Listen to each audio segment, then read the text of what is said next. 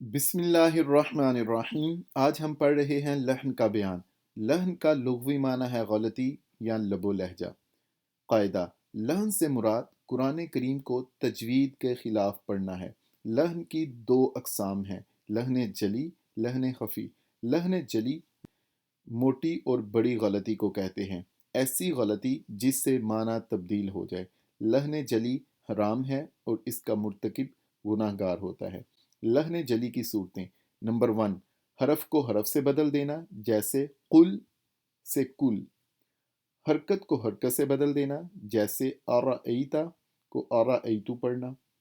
किसी हरकत या हरफ को बढ़ा देना या कम कर देना, जैसे खलाक़ा को खलाक़ा पढ़ना। लहन हफ़ी छोटी और पोशीदा गलती को कहते हैं, ऐसी गलती जिससे माना तो तब्दील ना हो, अलबत्ता खूबसूरती मुतासर होती है। लहन खफ़ी मकरूह है।